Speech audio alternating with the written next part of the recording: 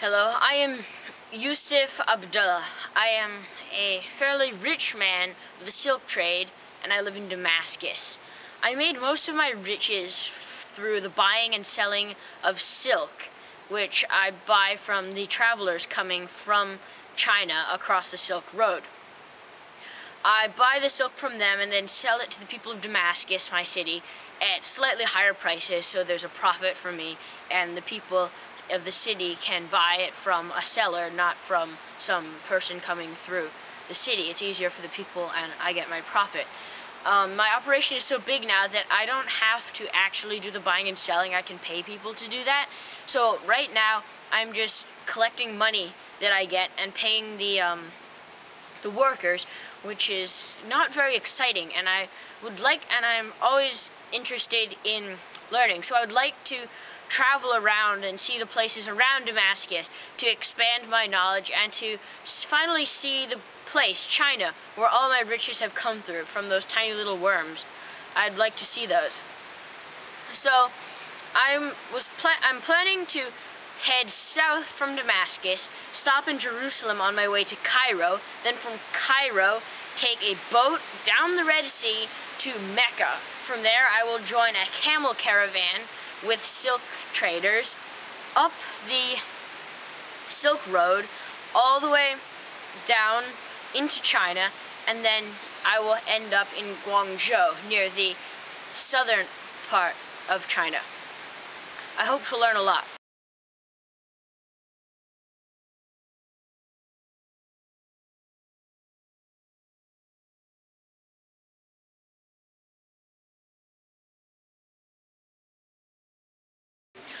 I am a Christian man, and I do not feel very comfortable with the upper class of Damascus.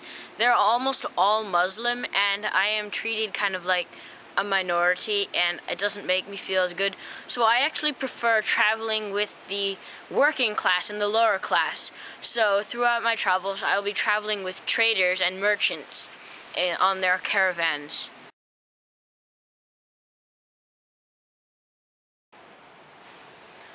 Hi again, this is my first day of the Rhila. I am starting in my hometown of Damascus.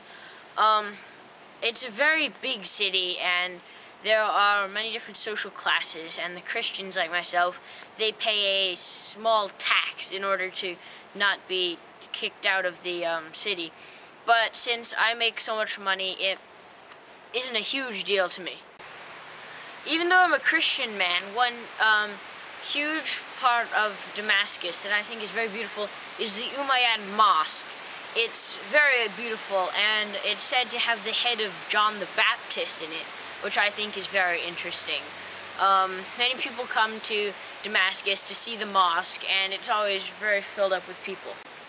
I've found a group of traders who trade silk, the people who actually bring it from China, and I've decided to join their camel caravan all on my way down to Cairo and through Jerusalem.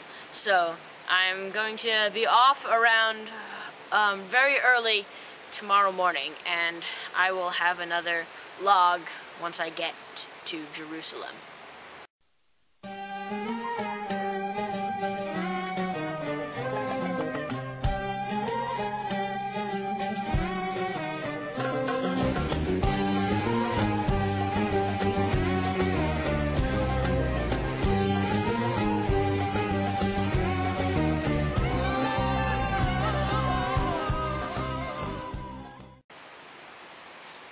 Here I am in Jerusalem. I finally made it. This is just so powerful to me as a Christian, seeing the place where Jesus was crucified. We visited that just outside of Jerusalem. Seeing all these major sites, this just being in this spiritual holy land for the Christians. It was just amazing. The Black Death, once we came here, had already hit, and we lost 3 of our travelers to the Black Death, and I hope their souls made it to heaven. Jerusalem is similar to Damascus in the sense that it is ruled by the Mamelukes, who are under the control of the Islamic power, And that saddens me that such a holy land for the Christians is ruled by the Islamic Empire, but there's nothing I can do about that.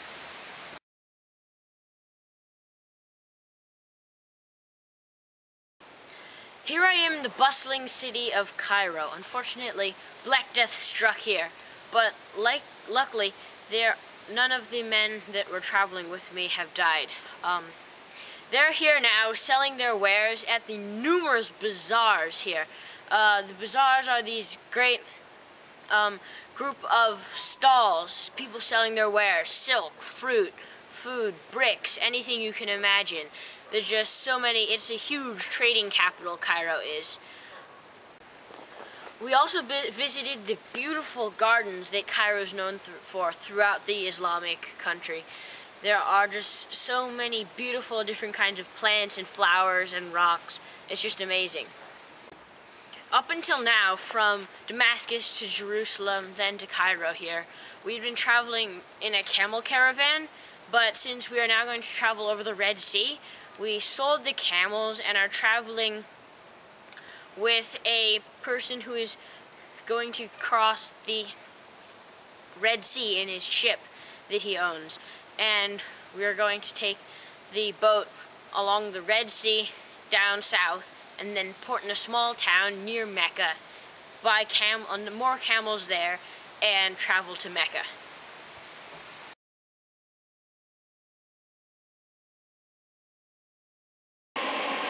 Here I am on a caravel boat, the boat that the man who let us travel with him owns. It's a really fast ship, and we are heading down the Red Sea towards Mecca. He says that the trip should take less than 5 days, so we shouldn't be on this boat too long. I'm getting kind of seasick.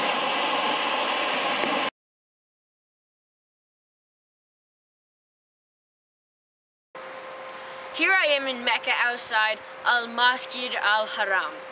It's the Great Mosque, the place where all the Muslims travel for their Hajj, the religious pilgrimage to Mecca. The Grand Mosque is definitely the most dominating feature of Mecca. Hundreds gather to pray there every day. In the center of the Grand Mosque is the Kaaba, which is a black stone box, and it's very important. I'm very lucky that I made it here at this time of year when it is not in the 12th month of the Islamic calendar, because then thousands upon thousands of Muslims travel here to complete the Hajj, and I wouldn't be able to move. There'd just be so many people. Since we've been in Mecca a while, we are about to start tomorrow on our greatest journey yet. From Mecca all the way up the Silk Road, through the Taklamakan Desert, and into Guangzhou, where most of the silk is made and where the start of the Silk Road is. We should be safe, because there used to be a lot of Mongolian marauders who would travel through the Silk Roads and pirate from all the travelers, but we should be safe because since Kublai Khan started the Yuan dynasty, there's Mongol rule in China, and he does not have Mongolians attack the people on the Silk Road anymore to encourage trade with China. Plus, Kublai Khan's dynasty is welcoming, the Yuan dynasty is welcoming foreigners to China to improve trade and foreign relations, and also he is offering civil servant jobs to foreigners, but I don't think I will take any of those because my home is back in Damascus and that's where I'd like to return to. We are traveling by camels, so camels can only cover 25 miles in a day, so we expect that the trip to Guangzhou should take 190 days, which is an extremely long amount of time, so I better start liking the smell of camels.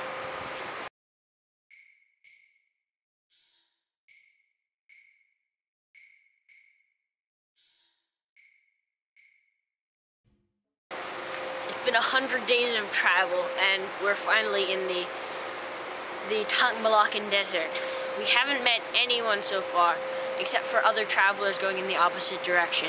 And we may exchange a few words, but don't talk much. It's very tiring. I'm not sure if I'm going to make it to Guangzhou, because we're just slightly over halfway there. The desert is kind of depressing. There's so much sand and not much else.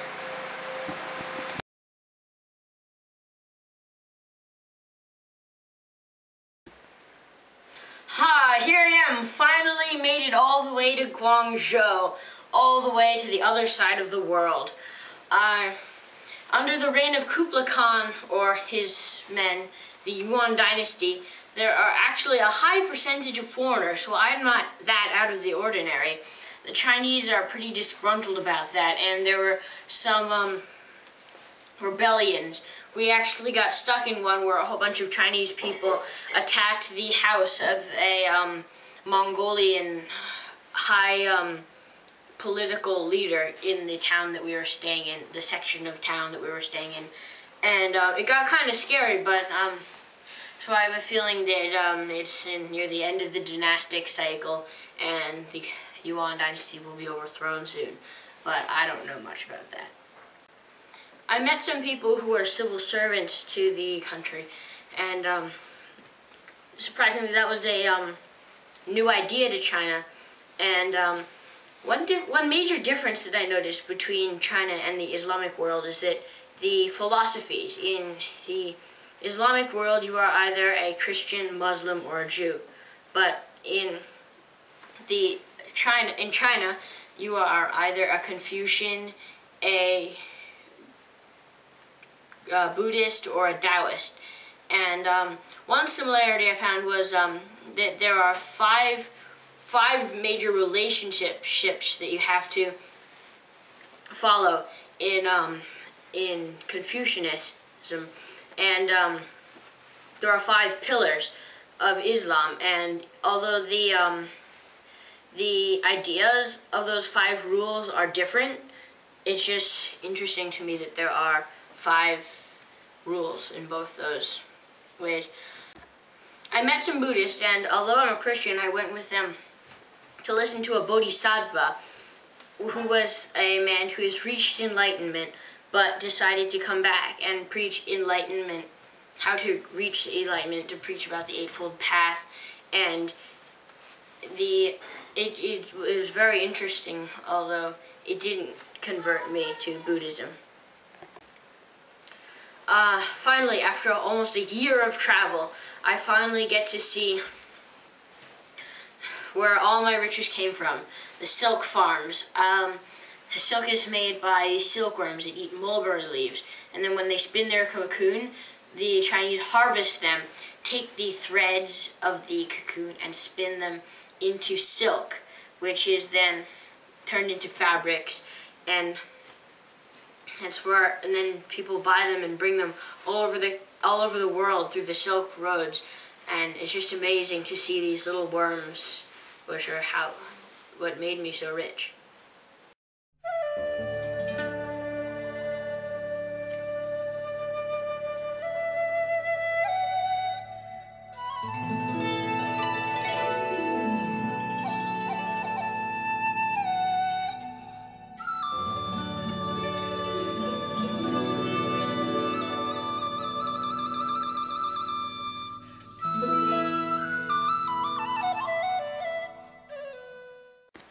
All these cities that I visited are amazing. They're all very different from each other, but none of them are like my home, Damascus, and I think it's about time that I head back to my business.